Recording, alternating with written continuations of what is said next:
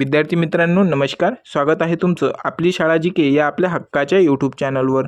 विद्यार्थी मित्रांनो आपण तलाठी भरतीसाठी 30 संभाव्य प्रश्नसंचांचा सिरीज सुरू केली आहे, ज्यामध्ये आपण एमपीएससी पॅटर्ननुसार प्रश्न घेत आहोत। तर मित्रांनो आजचा हा 14वा प्रश्नसंच आहे। चला तर मित्रांनो आजचा महत्त्वपूर्ण प्रश्नसंच बघूया। तर मित्रांनो प्रश्न क्रमांक पहिला आहे, महाराष्ट्रातील कास पठार संदर्भात जागतिक वारसा स्थळाचा दर्जा आणि येथील वैशिष्ट्यपूर्ण वनस्पती प्रजाती कोणती आहे। प्रश्न फार महत्त्वाचा आहे मित्रांनो। जसे की आपण मागच्या सिरीजमध्ये सांगितले तुम्हाला की आपण प्रत्येक क्लासमध्ये टॉपिक वाईज क्वेश्चन घेत आहोत। तर हे आपले भूगोल या विषयाचे क्वेश्चन राहणार मित्रांनो 5 प्रश्न, त्यानंतर दुसऱ्या विषयाचे अशा प्रकारचे आपला हा पूर्ण क्लास होणार आहे। तर मित्रांनो बघूया यामधले पॉईंट महत्त्वाचे। सातारा जिल्ह्यातील कास पठाराला 2012 मध्ये युनेस्कोने जागतिक नैसर्गिक वारसा स्थळी म्हणून घोषित केले। तर मित्रांनो या पठाराला महाराष्ट्राची व्हॅली ऑफ फ्लॉवर्स म्हटले जाते, कारण येथे 850हून अधिक फुलांच्या प्रजाती आढळतात। येथे आढळणारी कारवी ही वनस्पती दर 7 ते 8 वर्षांनी एकदाच फुलते। मित्रांनो ही वनस्पती खूप महत्त्वाची आहे की 7 ते 8 वर्षानंतर एकदाच फुलते। सोबतच मित्रांनो हे पठार जे आहे ते प्रामुख्याने जांभा या खडकापासून बनलेले असून येथील परिसंस्था अत्यंत संवेदनशील आहे। तर मित्रांनो या प्रश्नाचे अचूक उत्तर होईल युनेस्कोने 2012 मध्ये हिला दर्जा दिलेला होता वारसा स्थळा यादीमध्ये, ज्याचं नाव आहे कारवी वनस्पती। तर मित्रांनो तुमच्या कमेंटला आपण प्रतिसाद देत आहोत। खूप जणांनी कमेंट केली होती की अशा प्रकारचे डीप क्वेश्चन हे आम्हाला खूप आवडत आहे, आणखी डीपमध्ये जा। तर मित्रांनो आपण या क्लासमध्ये आणखी डीपमध्ये क्वेश्चन घेणार आहोत, जेणेकरून तुम्हाला तलाठी भरतीमध्ये कुठल्याही प्रकारचा टफचा प्रश्न आला तर तुम्ही गोंधळून जाणार नाही। ठीक आहे मित्रांनो, हा याचा मुख्य उद्देश आहे। आजच्या क्लासमध्ये माझी तब्येत थोडीशी बरोबर नाही आहे मित्रांनो, तरी पण मी तुमच्यासाठी हा क्लास अपलोड करत आहोत, बनवत आहोत, जेणेकरून तुम्हाला तुमच्या परीक्षेमध्ये कुठलीही अडचण येणार नाही मित्रांनो। हाच त्यामागील उद्देश आहे। पुढचा प्रश्न बघूया। प्रश्न क्रमांक दुसरा आहे, सह्याद्री पर्वताच्या उपरांगांचा उत्तरेकडून दक्षिणेकडे असणारा अचूक क्रम खालीलपैकी कोणता आहे। प्रश्न फार महत्त्वाचा आहे मित्रांनो। तर मित्रांनो प्रत्येक पेपरमध्ये आपल्याला पर्वतरांगेचा अचूक क्रम उत्तरेकडून दक्षिणेकडे किंवा दक्षिणेकडून उत्तरेकडे अशा प्रकारचे प्रश्न विचारले जातात। ह्या प्रश्नामध्ये खूप महत्त्वाचे पॉईंट आहे, हे नोट करून घ्या मित्रांनो। महाराष्ट्रात सह्याद्री पर्वतातून पूर्वेकडे पसरणाऱ्या 3 प्रमुख डोंगररांगा आहेत। खूप महत्त्वाचं आहे मित्रांनो की महाराष्ट्रात सह्याद्री पर्वतातून पूर्वेकडे पसरणाऱ्या 3 महत्त्वाच्या डोंगररांगा आहेत। तर सर्वात उत्तरेकडे म्हणजेच वरच्या बाजूला मित्रांनो तापी व गोदावरी खोऱ्यांना वेगळी करणारी सातमाळा अजिंठा डोंगररांग आहे। मित्रांनो सर्वात वरच्या बाजूला सातमाळा अजिंठा डोंगररांग आहे, जी तापी आणि गोदावरी नदीला वेगळे करते। तर मध्य भागात गोदावरी व कृष्णा भीमा खोऱ्यांना वेगळी करणारी हरिश्चंद्र बालाघाट डोंगररांग आहे मित्रांनो। तर मध्य भागामध्ये मित्रांनो हरिश्चंद्र बालाघाट डोंगररांग येते, जी मित्रांनो गोदावरी व कृष्णा भीमा खोऱ्यांना वेगळी करते। कोणती? हरिश्चंद्र बालाघाट डोंगररांग। मित्रांनो सर्वात दक्षिणेकडे म्हणजेच खालच्या टोकाला भीमा कृष्णा नद्यांच्या खोऱ्यात वेगळी करणारी शंभू महादेव डोंगररांग आहे। खालच्या बाजूला मित्रांनो शंभू महादेव डोंगररांग येते, जी भीमा व कृष्णा या नद्यांना वेगळी करते। प्रश्न फार महत्त्वाचा आहे मित्रांनो। हे 4ही टॉपिक तुम्ही नोटच करून ठेवा, कारण की हे पेपरच्या दृष्टीने खूप महत्त्वाचे आहे। तर या प्रश्नाचे अचूक उत्तर होईल पर्याय क्रमांक ए, सातमाळा अजिंठा, हरिश्चंद्र बालाघाट आणि शंभू महादेव डोंगररांग। तर मित्रांनो हे 3ही पॉईंट पाहिलेले आहे आपण। सातमाळा अजिंठा डोंगररांग ही तापी व गोदावरीला वेगळी करते। हरिश्चंद्र बालाघाट हे गोदावरी व कृष्णा भीमा कृष्णा नदीला वेगळी करते। सोबतच शंभू महादेव डोंगररांग ही भीमा आणि कृष्णा या नद्यांना वेगळी करते। ठीक आहे मित्रांनो, हे पॉईंट पाठ करत चला मित्रांनो। नदी प्रणालीवर खूप वेळा प्रश्न येतच राहतात। ठीक आहे, पुढचा पॉईंट बघूया। पुढचा प्रश्न आहे, बालाघाट आणि सातपुडा पर्वतरांगेतून वाहणारी कोणती प्रमुख पश्चिम वाहिनी नदी अमरावती जिल्ह्याची उत्तरेकडील सीमा निश्चित करते। प्रश्न फार महत्त्वाचा आहे मित्रांनो, खूप वेळा पेपरमध्ये विचारले जाते, IMP प्रश्न आहे, नोट करून ठेवा। ठीक आहे, तापी नदी ही भारतातील महाराष्ट्रातील एक अत्यंत महत्त्वाची पश्चिम वाहिनी नदी आहे। हिचा उगम मध्य प्रदेशातील बैतूल जिल्ह्यातील मुलताई येथे सातपुडा पर्वतावर होतो। ही नदी मित्रांनो अमरावती जिल्ह्यांच्या धारणी व चिखलदरा तालुक्यांच्या सीमावरून पश्चिमेकडे वाहते। तर मित्रांनो तापी आणि तिच्या उपनद्यांनी उदाहरणार्थ पूर्णा, खानदेशात आणि विदर्भातील सुपीक मैदानी प्रदेशांची निर्मिती केली आहे। मित्रांनो अजूनपर्यंत आपल्या चॅनलला सबस्क्राईब केले नसेल तर आत्ताच करून घ्या मित्रांनो। त्यासोबतच आपले टेलिग्राम चॅनल देखील जॉईन करून घ्या, जेणेकरून तुम्हाला कुठलीही अपडेट मिस होणार नाही मित्रांनो। तर या प्रश्नाचे अचूक उत्तर होईल मित्रांनो पर्याय क्रमांक बी तापी नदी. पर्याय क्रमांक बी तापी नदी. प्रश्न फार महत्त्वाचे आहेत मित्रांनो आजच्या क्लासमधले, त्यामुळे एकही प्रश्न मिस करू नका. तुमच्या मित्रांना देखील हा क्लास पोहोचवा मित्रांनो, जेणेकरून त्यांना देखील अशा प्रकारचे प्रश्न डीपमध्ये समजतील. तर भारतातील पहिल्या 10 राष्ट्रीय महामार्गांपैकी NH48 हा महामार्ग महाराष्ट्रातील कोणत्या प्रमुख शहरांना वेगळा करतो? प्रश्न फार महत्त्वाचा आहे मित्रांनो. तर यामध्ये लक्षात ठेवा, नवीन राष्ट्रीय महामार्ग क्रमांकानुसार जुना NH4 आणि NH8 एकत्र करून NH48 बनलेला आहे. प्रश्न फार महत्त्वाचा आहे मित्रांनो. NH48 कोणते 2 महामार्ग एकत्र करून बनला? तर NH4 आणि NH8. तर हा महामार्ग दिल्लीहून निघून रायपूर, अहमदाबाद, मुंबई, पुणे, कोल्हापूर मार्गे चेन्नईला जातो. हा महाराष्ट्रातील सर्वाधिक आर्थिक वाहतूक करणारा आणि औद्योगिकदृष्ट्या महत्त्वाचा महामार्ग आहे. तर हा महामार्ग स्वर्णिम चतुर्भुज प्रकल्पाचा एक भाग म्हणून मानला जातो. मित्रांनो या प्रश्नाचे अचूक उत्तर होईल पर्याय क्रमांक ब मुंबई आणि पुणे कोल्हापूर. मुंबई आणि पुणे कोल्हापूर या दरम्यान NH48 हा महामार्ग आहे मित्रांनो. ज्या कमेंट तुमच्या येत आहे मित्रांनो, त्या कमेंटनुसार माझा क्लास आणखी आपण परफेक्ट करत आहोत मित्रांनो. तुमचे कमेंट मला प्रत्येक क्लासमध्ये काही ना काही अपडेट देतच राहतात मित्रांनो, त्यामुळे तुमचे खूप खूप आभार. तर मित्रांनो पुढचा प्रश्न बघूया. प्रश्न क्रमांक 5 आहे. खालीलपैकी महाराष्ट्रातील कोणत्या मृदेला रेगूर मृदा म्हणतात आणि तिची पाणी धरून ठेवण्याची क्षमता सर्वाधिक का असते? प्रश्न खूप महत्त्वाचा आहे मित्रांनो. यामध्ये लक्षात ठेवा, महाराष्ट्राच्या पठारावर दख्खन ट्रॅपच्या बेसॉल्ट खडकाचे विदारण होऊन ही काळी मृदा तयार झाली आहे. या मृदेमध्ये टायटॅनिफेरस आणि मॅग्नेटाइज मुळे काळा रंग प्राप्त होतो आणि हिला रेगूर किंवा कापसाची मृदा म्हणतात. या मृदेत अत्यंत बारीक कणांचे क्लेनी चिकन माती प्रमाण जास्त असल्याने ती ओलावा दीर्घकाळ टिकून ठेवते मित्रांनो. तर उन्हाळ्यात या मृदेला मोठ्या भेगा पडतात, ज्यामुळे मातीमध्ये हवेचे नैसर्गिक अभिसरण होते. तर या प्रश्नाचे अचूक उत्तर होईल पर्याय क्रमांक ए काळी कापसाची मृदा. क्ले चे प्रमाण जास्त असल्यामुळे तिला पाणी जास्त टिकून ठेवण्याची क्षमता यामध्ये जास्त आहे. तर मित्रांनो हे होते आपले भूगोलचे 5 प्रश्न. प्रश्न क्रमांक 6 आहे मित्रांनो. आता राज्यशास्त्र या घटकावर आपले प्रश्न चालू झालेले आहेत मित्रांनो, जे 5 प्रश्न राहणार. तर यामध्ये लक्षात ठेवा, भारतीय राज्यघटनेच्या कलम 371A अंतर्गत कोणत्या राज्याला विशेष घटनात्मक संरक्षण आणि स्वायत्तता देण्यात आली आहे? मित्रांनो हे तुमच्या कमेंटनुसारच मी या क्लासमध्ये काही ना काही अपडेट करत आहोत. तर मित्रांनो हे तुम्हाला आवडत आहे ना, तर कमेंट बॉक्समध्ये एक लाईक करा किंवा एक दिल तरी सेंड करा मित्रांनो, जेणेकरून मला समजेल की तुम्हाला या प्रश्न समजत आहे आणि अशा प्रकारचा पॅटर्न तुम्हाला आवडत आहे. ठीक आहे मित्रांनो. यामध्ये लक्षात ठेवा की भारतीय राज्यघटनेच्या भाग 21 मध्ये काही राज्यांसाठी तात्पुरत्या आणि विशेष तरतुदी केल्या आहेत. कलम 371A नुसार नागालँडचा धार्मिक, सामाजिक प्रथा आणि पारंपरिक कायद्यांचा संसदेच्या कायद्यापासून संरक्षण आहे. नागा लोकांच्या जमिनींच्या मालकी हक्काबाबत संसदेचा कोणताही कायदा तिथल्या विधानसभेच्या संमतीशिवाय लागू होत नाही. तर अशाच प्रकारे मित्रांनो कलम 371D व ई आंध्र प्रदेशसाठी आणि 371J कर्नाटक भागसाठी आहे. तर मित्रांनो या प्रश्नाचे अचूक उत्तर होईल पर्याय क्रमांक ए नागालँड. प्रश्न क्रमांक 7 आहे मित्रांनो. भारतीय संसदेच्या लोकलेखा समिती संदर्भातील खालीलपैकी कोणते विधान सत्य आहे? Public account committee. तर यामध्ये लक्षात ठेवा मित्रांनो, लोकलेखा समिती ही संसदेच्या सर्वात जुनी आणि अत्यंत महत्त्वाची वित्तीय नियंत्रक समिती आहे, जिची स्थापना 1921 मध्ये झाली. या समितीत एकूण 22 सदस्य असतात, ज्यामध्ये 15 लोकसभेतून आणि 7 राज्यसभेतून निवडले जातात. मित्रांनो 1976 पासून चालत आलेल्या परंपरेनुसार विरोधी पक्षांच्या नेत्यांची या समितीच्या अध्यक्षपदी निवड झाली. तर मित्रांनो ही समिती भारताच्या नियंत्रक व महालेखा परीक्षकच्या म्हणजे CAG वार्षिक अहवालाचा सखोल तपासणी करते. तर या प्रश्नाचे अचूक उत्तर होईल मित्रांनो पर्याय क्रमांक बी. जे विरोधी पक्षाचे सदस्य असतात मित्रांनो तेच या पब्लिक अकाउंट कमिटीचे अध्यक्ष असतात. ठीक आहे मित्रांनो. प्रश्न फार महत्त्वाचा आहे. माझी तब्येत बरोबर नसल्यामुळे काहीतरी अडचण येत असेल मित्रांनो तुम्हाला समजण्यामध्ये, तर मला माफ करा. पुढच्या क्लासमध्ये मी नक्कीच त्यामध्ये सुधार करेन.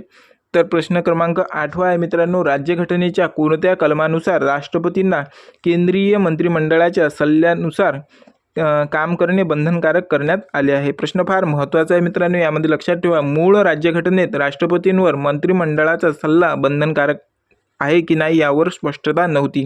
परंतु मित्रांनो, इंदिरा गांधीच्या सरकारच्या काळात 1976मध्ये 42वी घटनादुरुस्ती झाली, ज्यामध्ये कलम 74(1) मध्ये बदल करून सल्ला बंधनकारक केला गेला. म्हणजे सुरुवातीला मित्रांनो, मंत्रिमंडळाचा जो सल्ला आहे राष्ट्रपतींवर बंधनकारक आहे की नाही असं स्पष्ट मत राज्यघटनेत नव्हते. परंतु नंतर एक कायदा झाला जो इंदिरा गांधीच्या काळामध्ये झाला. 1976मध्ये 42वी घटनादुरुस्ती झाली, ज्यामध्ये कलम 74(1) जोडण्यात आले, ज्यामध्ये स्पष्ट करण्यात आले की सल्ला बंधनकारक राहणार राष्ट्रपतीवर. त्यानंतर मित्रांनो, 1978च्या 44व्या घटनादुरुस्तीने राष्ट्रपतींना तो सल्ला एकदा पुनर्विचारणासाठी परत पाठवण्याचा देखील अधिकार दिला. कोणते? 1978मध्ये 44वी घटनादुरुस्ती झाली त्या घटनादुरुस्तीने. परंतु पुनर्विलोकनानंतर मित्रांनो, हा पॉईंट खूप महत्त्वाचा आहे, नोट करून ठेवा. जर एक वेळा राष्ट्रपतींनी तो परत पाठवला आणि त्यानंतर मंत्रिमंडळाने तोच सल्ला पुन्हा दिल्यास राष्ट्रपतींना तो मानणे आता बंधनकारकच असतो. हा पॉईंट खूप महत्त्वाचा आहे. पहिले तर मित्रांनो, राज्यघटनेमध्ये अशा प्रकारचं कलम नव्हतं की सल्ला मानणे बंधनकारक आहे राष्ट्रपतींवर. परंतु इंदिरा गांधीजींच्या काळात एक कायदा झाला 1976मध्ये 42वी घटनादुरुस्ती झाली, ज्यामध्ये 74(1) जोडण्यात आले, ज्यामध्ये असं स्पष्ट म्हटलं की सल्ला बंधनकारक राहणार राष्ट्रपतींवर. परंतु नंतर 1978मध्ये आणखी एक घटनादुरुस्ती झाली. 44व्या घटनादुरुस्तीने असे म्हटले की आता तो राष्ट्रपतींवर सल्ला बंधनकारक राहणार, परंतु एक पुनर्विचारार्थ देखील पाठवण्याचा अधिकार त्यांना मिळाला. जर त्यानंतरचा पॉईंट असा सांगते मित्रांनो, जर मंत्रिमंडळाने तो पुनर्विलोकनानंतर देखील तोच सल्ला पुन्हा पारित केला तर त्यावेळेस राष्ट्रपतींना तो मानणे बंधनकारक राहणार. ठीक आहे मित्रांनो, तर या प्रश्नाचे अचूक उत्तर होईल पर्याय क्रमांक ए, 42वी घटनादुरुस्ती कलम 74(1) नुसार. 42वी घटनादुरुस्ती कलम 74(1) नुसार. ठीक आहे मित्रांनो. तर मित्रांनो, अजूनपर्यंत तुम्ही आपल्या चॅनलला सबस्क्राईब केले नसेल तर आत्ताच करून घ्या मित्रांनो. तर मित्रांनो, आपले टेलिग्राम चॅनल देखील जॉईन करून घ्या. तुमच्या मित्रांपर्यंत देखील हा व्हिडिओ पोहोचवा मित्रांनो, कारण की आपण आता एका दिवसामध्येच आपण आता जे आदिवासी विकास भरतीचे चौकीदार पदाचे जे मित्रांनो टाइम टेबल आलेला आहे, त्यासाठी आपण 200 प्रश्नांचा आपण एक मॅरेथॉन क्लास बनवत आहोत. ज्यांनी ह्या फॉर्म भरलेला असेल मित्रांनो, त्यांना देखील हा व्हिडिओ शेअर करा. त्यांना देखील सांगा की यावर लवकरच आपल्या या चौकीदार पदासाठी आज किंवा उद्या सकाळपर्यंत मित्रांनो एक मोठा क्लास येणार आहे. मॅरेथॉन क्लास 200 प्रश्नांचा असणार आहे, संभाव्य प्रश्नांचा असणार आहे मित्रांनो. त्यामुळे त्यांना देखील सेंड करा आणि तुमच्या ग्रुपमध्ये देखील हा व्हिडिओ शेअर करा मित्रांनो, याची लिंक शेअर करा. ठीक आहे मित्रांनो, पुढचा प्रश्न बघूया मित्रांनो. प्रश्न क्रमांक 9 आहे. फार महत्त्वाचा प्रश्न आहे मित्रांनो. यामध्ये लक्षात ठेवा, सर्वोच्च न्यायालयाच्या न्यायालयीन पुनर्विलोकन अधिकारांचा मुख्य अधिकार राज्यघटनेत कोणते कलम मानले जाते? प्रश्न फार महत्त्वाचा आहे मित्रांनो. लक्षात ठेवा की सर्वोच्च न्यायालयाच्या न्यायालयीन पुनर्विलोकन अधिकाराचा मुख्य जो आधार आहे राज्यघटनेत कोणते कलम मानले जाते म्हणते मित्रांनो. तर यामध्ये लक्षात ठेवा, न्यायालयीन पुनर्विलोकन म्हणजे संसदेने केलेले कायदे राज्यघटनेशी सुसंगत आहेत की नाही हे तपासण्याचा कोर्टाचा अधिकार. हा पॉईंट लक्षात ठेवा मित्रांनो की कलम 13(2) नुसार मूलभूत हक्कांचे उल्लंघन करणारा कोणताही कायदा त्या उल्लंघनाच्या मर्यादेत शून्य ठरवला जाईल. तर हा अधिकार सर्वोच्च न्यायालयाला कलम 32 नुसार आणि उच्च न्यायालयाला कलम 226 नुसार प्राप्त होतो. तर मित्रांनो, भारतीय न्यायव्यवस्थेने ही संकल्पना अमेरिकेच्या राज्यघटनेवरून स्वीकारली आहे. तर मित्रांनो, या प्रश्नाचे अचूक उत्तर होईल पर्याय क्रमांक ब, कलम 13. कलम 13. पुढचा प्रश्न बघूया मित्रांनो. प्रश्न क्रमांक 10. त्या अगोदर मित्रांनो कमेंट बॉक्समध्ये सांगा की मूलभूत अधिकार हे कोणत्या कलममध्ये दिलेले आहेत भारतीय राज्यघटनेमध्ये. चला तर 10वा प्रश्न बघूया मित्रांनो. 73व्या घटनादुरुस्ती कायद्यानुसार 1992च्या ग्रामसभेच्या रचनेत संदर्भात खालीलपैकी कोणती तरतूद अनिवार्य आहे? प्रश्न फार महत्त्वाचा आहे मित्रांनो. यामध्ये लक्षात ठेवा की 73व्या घटनादुरुस्तीने संविधानात भाग 9 आणि 11वे परिशिष्ट जोडून पंचायती राजला घटनात्मक दर्जा दिला. सोबतच मित्रांनो, कलम 243(b) नुसार ग्रामपातळीवर पंचायत क्षेत्रामध्ये समाविष्ट असलेल्या गावांचा मतदार यादीतील व्यक्तींची मिळून ग्रामसभा बनते. सोबतच मित्रांनो, ग्रामसभा ही स्थानिक पातळीवरील थेट लोकशाहीचे सर्वात मोठे उदाहरण आहे. मित्रांनो, वर्षातून ग्रामसभेच्या किमान 4 बंधनकारक बैठका घेणे सरपंचांवर बंधनकारक असते मित्रांनो. तर या प्रश्नाचे अचूक उत्तर होईल पर्याय क्रमांक ब, गावातील मतदार यादीत नाव असलेले सर्व नागरिक यांचे सदस्य असतात. मित्रांनो, पुढचा प्रश्न बघूया. प्रश्न क्रमांक 11 आहे. अर्थशास्त्र या विषयावरील मित्रांनो हे प्रश्न लागलेले आहेत आता आपले. तर यामध्ये लक्षात ठेवा, रिझर्व्ह बँकेच्या परिणामवाचक पत नियंत्रण साधनांमध्ये खालीलपैकी कशाचा समावेश नाही?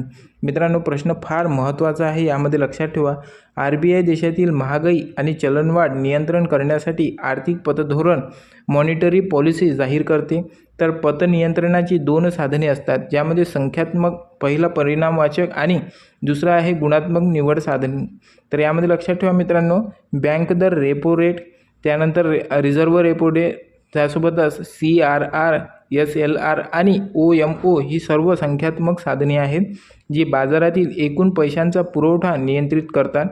आणि त्यासोबतच मित्रांनो, मार्जिन ठरवणे, कर्जाचे रॅशनिंग करणे आणि नैतिक मानधरणी ही गुणात्मक साधने आहेत, जी विशिष्ट क्षेत्राला कर्ज नियंत्रण करतात.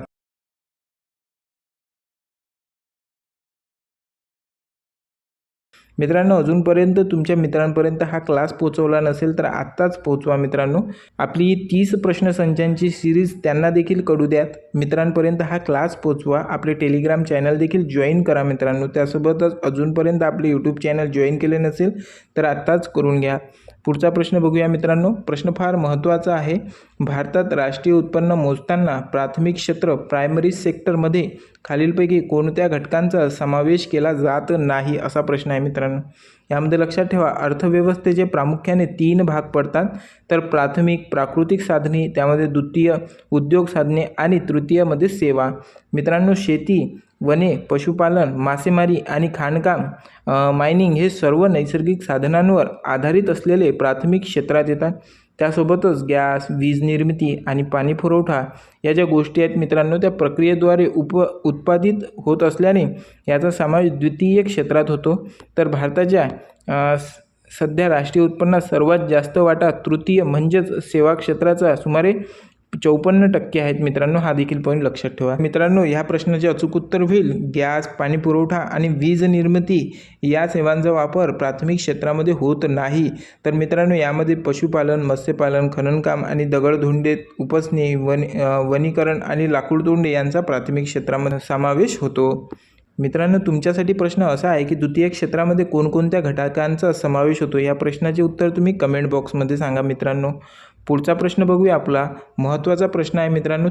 नीलकेनी समिती आणि नचिकेत मोर समिती या दोन्ही समित्या अर्थशास्त्रात कोणत्या सुधारणांशी संबंधित आहेत?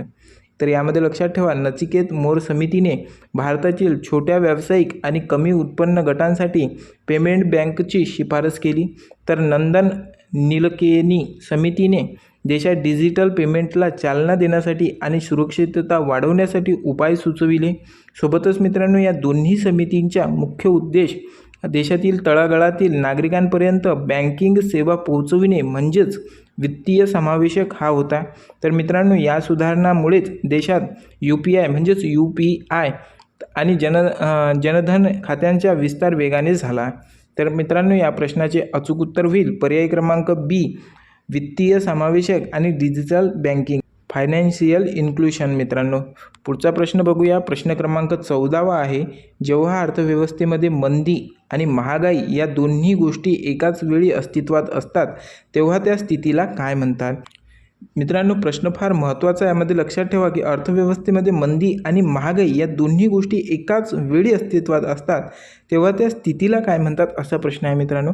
तर यामध्ये लक्षात ठेवा, सामान्यतः महागाई वाढल्यास रोजगार वाढतो, परंतु स्टॅगफ्लेशन ही त्यांची अगदी विरुद्ध असणारी घातक आर्थिक स्थिती आहे. यामध्ये देशाचा आर्थिक विकास दर म्हणजेच GDP ग्रोथ मंदावलेला असतो किंवा थांबलेला असतो आणि बेरोजगारी प्रचंड वाढलेली असते. त्याचवेळी मित्रांनो, बाजारात जीवनावश्यक वस्तूंचे भाव, महागाई देखील सातत्याने वाढत राहतात. तर मित्रांनो, स्टॅगफ्लेशन नियंत्रण मिळविणे हे मध्यवर्ती बँकांसाठी अत्यंत कठीण आणि आव्हानात्मक कार्य मानले जाते. तर मित्रांनो, या प्रश्नाचे अचूक उत्तर होईल पर्याय क्रमांक B, स्टॅगफ्लेशन. पुढचा प्रश्न बघूया मित्रांनो, फार महत्त्वाचा प्रश्न आहे. यामध्ये प्रश्न क्रमांक 15 आहे. राजकोषीय तूट म्हणजेच फायनान्शियल डिफिसिटी म्हणजे खालीलपैकी नेमके काय? खालीलपैकी नेमके काय? राजकोषीय तूट म्हणजे काय असा प्रश्न आहे मित्रांनो. तर यामध्ये लक्षात ठेवा, राजकोषीय तूट हे सरकारच्या एकूण आर्थिक आरोग्याचे आणि कर्जबाजारीपणाचे सर्वात मोठे निदर्शन आहे.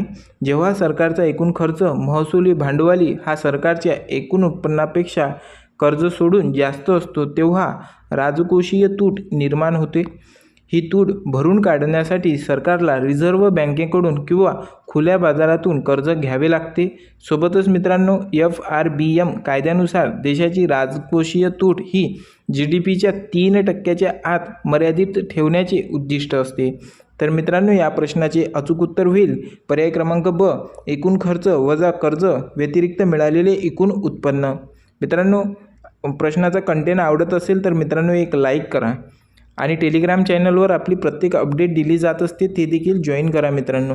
आणि आत्ताच आपण मराठी विषयाचा इंट्रोडक्शन व्हिडिओ आपण अपलोड केलेला आहे मित्रांनो, तो पाहिला नसेल तुम्ही तर तो देखील बघून घ्या मित्रांनो. कारण की आता लवकरच आपले मराठीचे क्लासेस चालू होणार आहे. त्यांचे सब्जेक्ट वाईज आपण कोणत्या पद्धतीने घेणार आहोत त्याचे सविस्तर विवेचन आपण त्या व्हिडिओमध्ये सांगितलेले आहे. सोबतच सिलेबस देखील सांगितलेला आहे. चला तर मित्रांनो, यामध्ये प्रश्न क्रमांक 16 बघूया. मानवी डोळ्यातील दृष्टिपटल वर तयार होणारी प्रतिमा नेमकी कोणत्या प्रकारची असते? प्रश्न फार महत्त्वाचा आहे मित्रांनो. मानवी डोळ्यातील दृष्टिपटलावर प्रश्न आलेला आहे. तर बघूया, यामध्ये मानवी डोळ्यामध्ये असलेल्या स्फटिकमय भिंग हा बहिर्वक्र प्रकारचा असतो. या बहिर्वक्र भिंगामुळे बाहेरची वस्तूचा प्रकाश एकत्रित होऊन रेटिनावर त्यांची वास्तव आणि उलटी प्रतिमा तयार होते. सोबतच मित्रांनो, रेटिनावरील प्रकाश संवेदनशील पेशी रोड अँड कोन्स या प्रतिमेंचे विद्युत संकेतात रूपांतर करतात. मित्रांनो, हा संकेत दृष्टी चेतातंतू सोबतच मेंदूद्वारे पाठवले जातात आणि मेंदू ती प्रतिमा आपल्या सुलट करून दाखवते. तर मित्रांनो, या प्रश्नाचे अचूक उत्तर होईल पर्याय क्रमांक ब, वास्तव आणि उलटी. वास्तव आणि उलटी. मित्रांनो, माझी तब्येत बरोबर नसल्यामुळे थोडंसं समजून घ्या. तुम्हाला ह्या स्लाईडवर दिसत असलेली माहिती स्वतःहून वाचवा मित्रांनो. माझं काही चुकत असेल तर तुम्ही स्वतःहून याचा अभ्यास करा मित्रांनो. शेवटी तर हे आपले प्रश्नच आहेत ना मित्रांनो, तुम्ही स्वतःही वाचून ते देखील समजून घेऊ शकता. काही चुकत असेल तर माफ करा. पुढचा प्रश्न बघूया मित्रांनो. प्रश्न क्रमांक 17 आहे.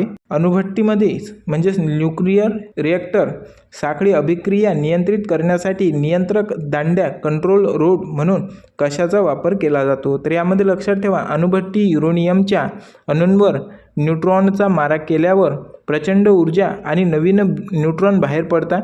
ही अभिक्रिया नियंत्रित न केल्यास अणुबॉम्बसारख्या प्रचंड विस्फोट होऊ शकतो. तर कॅडमियम आणि बोरॉन हे पदार्थ बाहेर पडणारे जास्तीचे न्यूट्रॉन स्वतःमध्ये शोषून घेतात. तर जड पाणी, हेवी वॉटर आणि ग्रॅफाइटचा वापर न्यूट्रॉनचा वेग कमी करण्यासाठी मंदक म्हणून केला जातो. तर या प्रश्नाचे अचूक उत्तर होईल मित्रांनो पर्याय क्रमांक ब, कॅडमियम आणि बोरॉन. कॅडमियम आणि बोरॉन. पुढचा प्रश्न बघूया मित्रांनो. प्रश्न क्रमांक 18 आहे. रक्ताच्या कर्करोगांवर उपचार करण्यासाठी खालीलपैकी कोणत्या किरणोत्सारी समस्थानिकांचा वापर केला जातो? प्रश्न फार महत्त्वाचा आहे मित्रांनो. यामध्ये लक्षात ठेवा, रक्ताचा कर्करोग ल्युकेमिया म्हणजे शरीरात पांढऱ्या रक्तपेशींचा अनियंत्रित आणि अवाजवी वाढ होणे. तर मित्रांनो, फॉस्फरस 32 P32चा वापर प्रामुख्याने ल्युकेमिया आणि हाडांच्या कर्करोगांच्या उपचारासाठी होतो. कोबाल्ट 60 CO60 मधून निघणाऱ्या गॅमा किरणांचा वापर शरीरातील इतर ट्यूमर पेशी नष्ट करण्यासाठी केला जातो.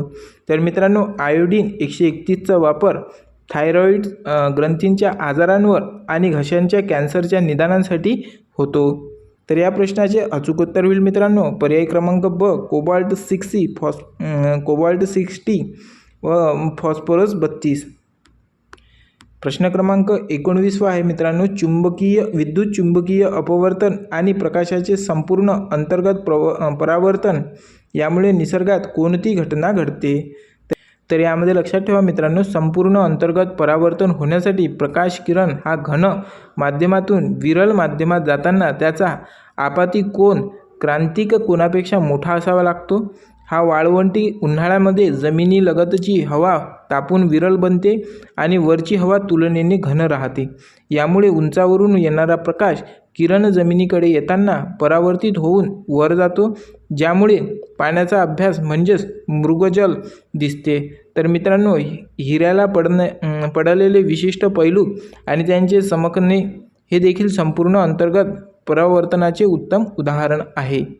तर मित्रांनो, या प्रश्नाचे अचूक उत्तर होईल पर्याय क्रमांक सी, वाळवंटातील मृगजल आणि हिऱ्यांचे चमकणे. वाळवंटातील मृगजल आणि हिऱ्यांचे चमकणे. प्रश्न क्रमांक 20 आहे मित्रांनो, मानवी शरीरात अन्नाच्या तातडीचा साठा म्हणून कार्बोदकाचे रूपांतर कोणत्या स्वरूपात यकृतामध्ये केले जाते? प्रश्न फार महत्त्वाचा आहे मित्रांनो. यामध्ये लक्ष द्या की आपण खाल्लेल्या अन्नातून शरीराला ग्लुकोज मिळते, ज्याचा वापर ऊर्जा निर्मितीसाठी केला जातो. जेव्हा रक्तात गरजेपेक्षा जास्त ग्लुकोज तयार होते तेव्हा स्वादुपिंडातून इन्सुलिन हे संप्रेरक स्त्रावते. तर मित्रांनो, इन्सुलिन या जास्तीच्या ग्लुकोजचे रूपांतर ग्लायकोजेन या जटिल शर्करेत करून ते यकृत आणि स्नायूमध्ये साठवते. जेव्हा माणूस उपवास करतो तेव्हा शरीराला ऊर्जेची कमतरता भासते, तेव्हा या ग्लायकोजनचे पुन्हा ग्लुकोजमध्ये रूपांतर केले जाते. तर मित्रांनो, या प्रश्नाचे अचूक उत्तर होईल पर्याय क्रमांक सी, ग्लायकोजेन. पर्याय क्रमांक सी, ग्लायकोजेन. प्रश्न क्रमांक 21 आहे. इतिहास या विषयावरचे प्रश्न सुरू झालेले आहेत मित्रांनो आपले. छत्रपती शिवाजी महाराजांनी 1665 जयसिंगासोबत केलेल्या पुरंदरच्या तहात मुघलांना किती किल्ले आणि महसूल देण्याचे मान्य केले होते? प्रश्न फार महत्त्वाचा आहे मित्रांनो. इथंच आपले 2 प्रश्न बनतात की पुरंदरचा तह कधीचा होता, तर 1665 या वर्षीचा होता. तर यामध्ये लक्षात ठेवा मित्रांनो की मुघल सम्राट औरंगजेबाने पाठवलेले मिर्झाराजे जयसिंग आणि दिलेर खान यांनी पुरंदर किल्ल्याला वेढा घातला होता. तर मुरारबाजी देशपांडे यांनी पराक्रमाची शौर्य शर्थ केली, परंतु किल्लेदारांच्या मृत्यूनंतर महाराजांनी तहाचा निर्णय घेतला. तर मित्रांनो, तारीख खूप महत्त्वाची आहे की 11 जून 1665 रोजी झालेल्या पुरंदरच्या ऐतिहासिक तहानुसार महाराजांना आपले 23 किल्ले मुघलांना द्यावे लागले. मित्रांनो, किती किल्ले? 23 किल्ले. कोणता तह होता हा? तर पुरंदरचा तह होता. कधी झाला? 11 जून 1665 रोजी झाला. तर मित्रांनो, या किल्ल्याचा वार्षिक महसूल सुमारे 4 लाख होऊन त्यावेळचे चलन इतका प्रचंड होता. तर महाराजांकडे केवळ 12 किल्ले उरले होते. तर या प्रश्नाचे अचूक उत्तर होईल मित्रांनो पर्याय क्रमांक ए, 23 किल्ले आणि 4 लाख होऊन महसूल. 23 किल्ले आणि 4 लाख होऊन महसूल कोणत्या तहाने? पुरंदरच्या तहाने दिले. कधी दिले? तर 1665 ठीक आहे मित्रांनो, पुढचा प्रश्न बघूया. प्रश्न फार महत्त्वाचा आहे. 22 नंबरचा. स्वतंत्रवीर सावरकरांनी 1904 नाशिक येथे स्थापन केलेल्या अभिनव भारत या गुप्त क्रांतिकारी संघटनेची मूळ पूर्वपीठिका कोणती संस्था होती? प्रश्न फार महत्त्वाचा आहे मित्रांनो. यामध्ये लक्षात ठेवा, सावरकरांनी वयाच्या अवघ्या 16व्या वर्षी 1899 नाशिक येथे मित्रमेळा या देशभक्तांच्या संघटनेची स्थापना केली. पुढे याच मित्रमेळा संघटनेचे रूपांतर जानेवारी 1904 एका गुप्त क्रांतिकारी संघटनेत करण्यात आले, ज्याला आपण अभिनव भारत नाव दिले गेले. नंतर मित्रांनो, इटलीच्या जोसेफ मॉझिनीच्या यंग इटली या संघटनेच्या धर्तीवर सावरकरांनी ही संस्था उभारली होती. तर मित्रांनो, या संघटनेच्या सदस्यांनी उदाहरणार्थ अनंत कान्हेकर नाशिकच्या कलेक्टर जंक्शनचा वध करून ब्रिटिश सत्तेला हादरवून सोडवले होते. तर मित्रांनो, या प्रश्नाचे अचूक उत्तर होईल पर्याय क्रमांक ब, मित्रमेळा. तर मित्रांनो, यांचे स्वातंत्र्यवीर सावरकरांचेच एक गीत देखील खूप प्रसिद्ध आहे. त्याचे नाव आहे ने मजसी ने परत मातृभूमीसी सागरा प्राण तरमळला. चला तर मित्रांनो, पुढचा प्रश्न बघूया. प्रश्न क्रमांक 23 आहे. लॉर्ड कर्झन याने 1905 केलेल्या बंगालच्या फाळणीचा मूळ प्रशासकीय हेतू काय होता आणि ती फाळणी केव्हा रद्द झाली? प्रश्न फार महत्त्वाचा आहे मित्रांनो. यामध्ये लक्षात ठेवा, ब्रिटिश सरकारने कागदोपत्री प्रशासकीय सोय हे कारण देणे असले तरी मूळ हेतू बंगालमध्ये वाढता राष्ट्रवाद दडपणे हा होता. तर पूर्वेकडील भागात मित्रांनो मुस्लिम बहुसंख्य आणि पश्चिमेकडील भागात हिंदू बहुसंख्य अशी विभागणी करून फोडा आणि राज्य करा हे धोरण राबवले गेले. या फाळणीविरुद्ध देशव्यापी वंगभंग चळवळ सुरू झाली, ज्यामध्ये स्वदेशी आणि बहिष्काराचे हत्यार वापरले गेले. अखेर तीव्र जनक्षोभामुळे झुकून ब्रिटिश सम्राट जॉर्ज पाचवा यांच्या दिल्ली दरबारात 1911 ही फाळणी अधिकृतपणे रद्द झाली. तर मित्रांनो, 2 तारखा फार महत्त्वाच्या आहे. 1905 बंगालची फाळणी आणि 1911 ती रद्द झाली. तर मित्रांनो, या प्रश्नाचे अचूक उत्तर होईल पर्याय क्रमांक ए, हिंदू मुस्लिम ऐक्य तोडणे म्हणजेच 1911 रद्द.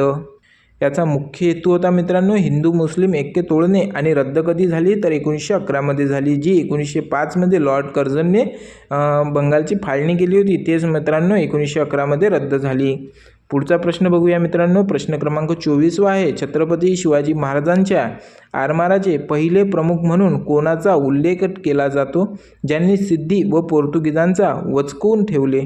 तर मित्रांनो, यामध्ये खूप महत्त्वाचा पॉईंट आहे की शिवरायांनी कोकण किनारपट्टीच्या सुरक्षेसाठी आणि सागरी व्यापाऱ्यांवर नियंत्रण ठेवण्यासाठी स्वतंत्र आरमार उभे केले, म्हणून त्यांना भारतीय आरमाराचे जनक देखील म्हटले जाते. मित्रांनो, प्रश्न विचारला जाऊ शकते की भारतीय आरमाराचे जनक कोण आहे, तर छत्रपती शिवाजी महाराज आहे मित्रांनो.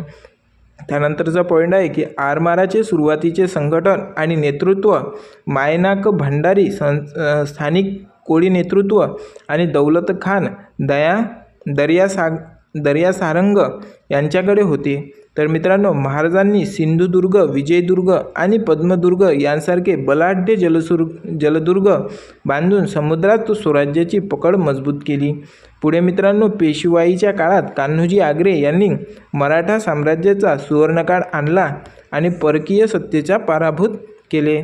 तर मित्रांनो, या प्रश्नाचे अचूक उत्तर होईल पर्याय क्रमांक ब, मायनाक भंडारी आणि दर्या सारंग दौलत खान. ठीक आहे मित्रांनो, पुढचा प्रश्न बघूया. प्रश्न क्रमांक 25 आहे. महात्मा गांधीजींच्या नेतृत्वाखाली सविनय कायदेभंग चळवळी दरम्यान महाराष्ट्रातील कोणत्या ठिकाणी ऐतिहासिक जंगल सत्याग्रह झाला? मित्रांनो, प्रश्न फार महत्त्वाचा आहे. तर मित्रांनो, महत्त्वाचा पॉईंट आहे, यामध्ये लक्षात द्या. 1930 गांधीजींनी दांडी यात्रा काढून मिठांचा कायदा मोडला. महाराष्ट्राला मोठा समुद्रकिनारा नसल्याने येथे इतर कायदे देखील मोडण्यात आले. तर विदर्भातील यवतमाळ जिल्ह्यातील पुसद येथे लोकनायक बापूजी आणि यांच्या नेतृत्वाखाली प्रसिद्ध जंगल सत्याग्रह झाला. जंगल सत्याग्रह कोणाच्या नेतृत्वाखाली झाला मित्रांनो? बापूजी आणि यांच्या नेतृत्वाखाली. कुठे झाला तर पुसद या ठिकाणी झाला. तसेच सातारा जिल्ह्यातील बाळाशी येथे लोकांनी ब्रिटिशवर कायदे मोडून स्वतःच स्वतंत्र ध्वज फडकावला होता. तर मित्रांनो, या सत्याग्रहामध्ये ग्रामीण भागातील शेतकरी, आदिवासी आणि महिलांनी अभूतपूर्व प्रमाणात सहभाग देखील घेतला होता. तर या प्रश्नाचे अचूक उत्तर होईल पर्याय क्रमांक ए, बिळाशी सातारा आणि पुसद यवतमाळ या ठिकाणी देखील सत्याग्रह झाले. पुढचा प्रश्न बघूया मित्रांनो. प्रश्न क्रमांक 26 आहे. महात्मा ज्योतिराव फुले यांनी 1873 लिहिलेल्या कोणत्या ग्रंथात भारतातील शूद्र आणि अतिशूद्रांच्या शोषणांचे विदारक चित्र मांडून तो ग्रंथ अमेरिकेतील कृष्णवर्णीय गुलामगिरींना समर्पित केला? तर मित्रांनो, प्रश्न फार महत्त्वाचा आहे. यामध्ये लक्षात ठेवा, महात्मा फुल्यांनी 1 जून 1873 रोजी गुलामगिरी हा अत्यंत प्रभावशाली वैचारिक ग्रंथ लिहिला. तर या ग्रंथाच्या माध्यमातून त्यांनी तत्कालीन समाजातील ब्राह्मणी वर्चस्ववाद आणि धार्मिक अंधश्रद्धेवर कडाडून टीका केली.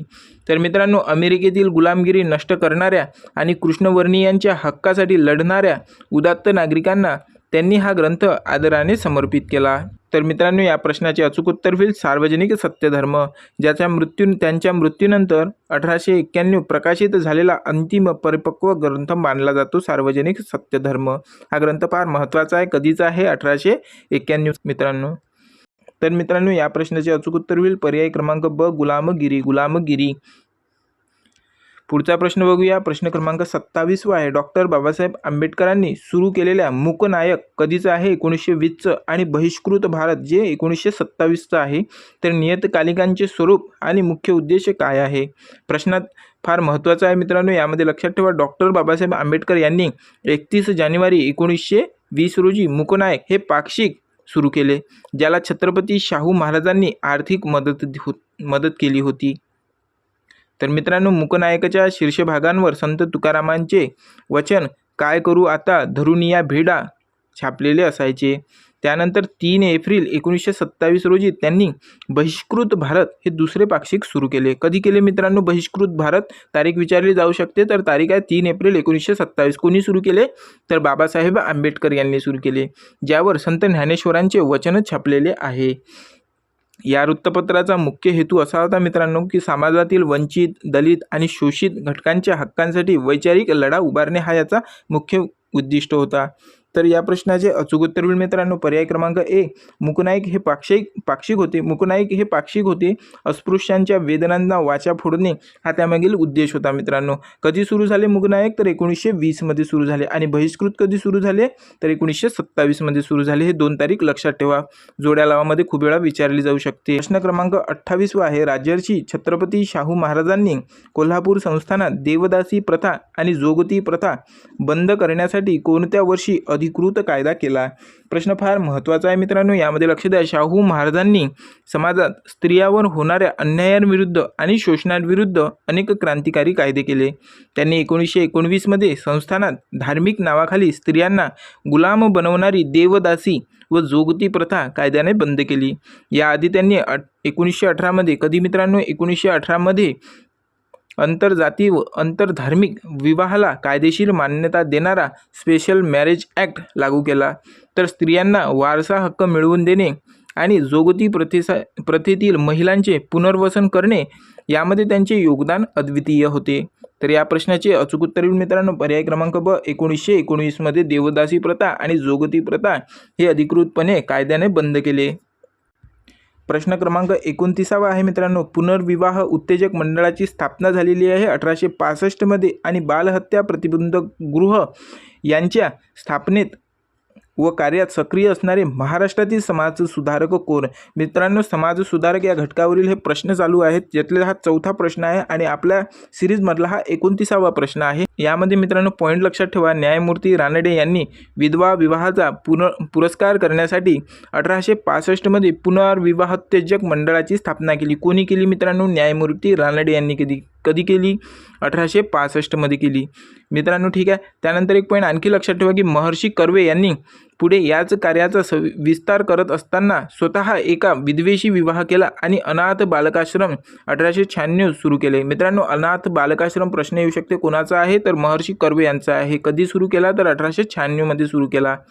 त्यानंतर मित्रांनो महात्मा फुले यांनी 1863 मध्ये स्वतःच्या घरात भारतातील पहिले बालहत्या प्रतिबंधक गृह सुरू केले.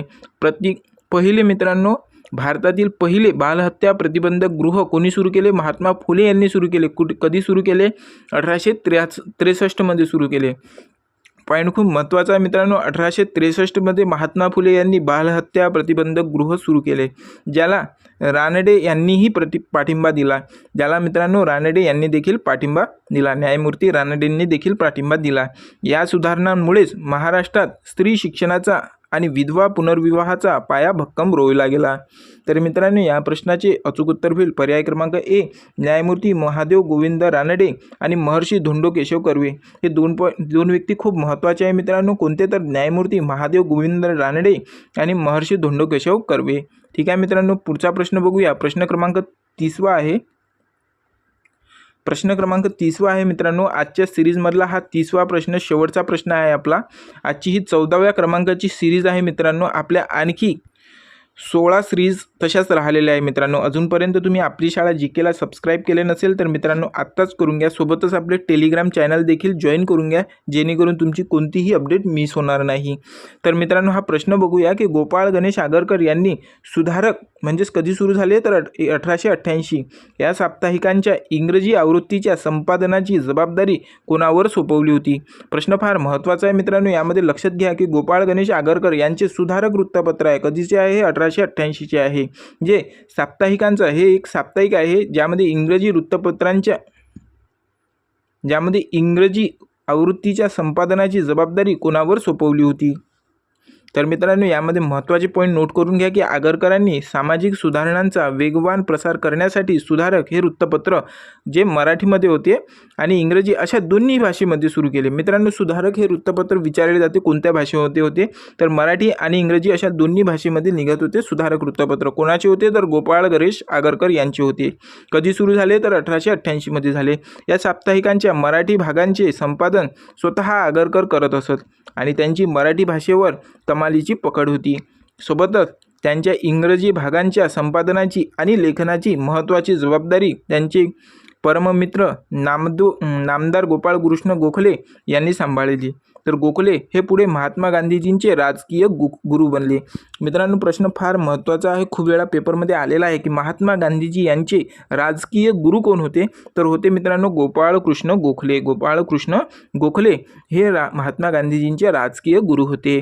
तर मित्रांनो यामध्ये आणखी एक पॉईंट नोट करा की सर्व्हंट्स ऑफ इंडिया सोसायटी जी आहे 1905 ची स्थापना देखील केली. कोणी केली, तर गोखले यांनीच केली, जे महात्मा गांधीजींचे राजकीय गुरु होते.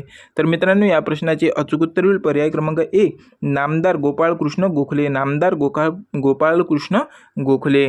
तर मित्रांनो आपण लवकरच आता आदिवासी विकास भरतीचे चौकीदार पदाचे फॉर्म सुरू झालेले आहेत मित्रांनो. तर मित्रांनो चौकीदार पदाचे जे आदिवासी विकास भरतीमधले चौकीदार पदाचे आता पेपरचा टाइम टेबल आलेला आहे. तर लवकरच आपले पेपर देखील सुरू होतील. त्यामुळे आपण एक 200 प्रश्नांचा एक मॅरेथॉन क्लास आपण अपलोड करणार आहोत या 1-2 दिवसामध्येच. त्यामुळे तुमच्या मित्रांनी ज्यांनी कोणी चौकीदार पदाचा फॉर्म भरलेला असेल मित्रांनो त्यांना आपला हा व्हिडिओ शेअर करा. सोबतच मित्रांनो त्याची लिंक मी टेलिग्राम चॅनलवर नक्कीच लवकरात लवकर टाकणार आहोत की तो आपण कधी अपलोड करणार आहोत. त्यामुळे टेलिग्राम चॅनल जॉईन करून घ्या जेणेकरून ही मिस अपडेट होणार नाही. तुमच्या मित्रांपर्यंत देखील ही माहिती पोहोचवा मित्रांनो. अभ्यास करत आहात तर ग्रुपमध्ये करा मित्रांनो, जेणेकरून तुम्हाला कुठल्याही प्रकारचा त्रास होणार नाही. एकामेकासोबत बोलून तुम्ही अभ्यास चांगल्या पद्धतीनं करू शकता. सोबतच जर हा क्लास तुम्ही मित्रांनो पुरेच्या पुरे या क्लासमधले नोट्स काढत चला, जेणेकरून तुम्हाला पेपरच्या टाईमला कुठल्याही प्रकारचा त्रास होणार नाही आणि वाचण्यासाठी एवढं मोठं राहणार नाही मित्रांनो. 40 आणि 50 मिनिटाचा क्लास करणं हा पेपरच्या टाईममध्ये तुम्हाला सोपी जाणार नाही. त्यामुळे तुम्ही एवढ्याच मिनिटामध्ये तुमच्या नोट्समधून जास्तीत जास्त क्वेश्चन कव्हर करू शकता. भेटूया मित्रांनो 15व्या क्रमांकांच्या सिरीजमध्ये. तोपर्यंत मित्रांनो अभ्यास करा, सातत्य ठेवा. आपण नक्कीच परीक्षा क्रॅक करूया मित्रांनो. ठीक आहे, धन्यवाद, जय हिंद.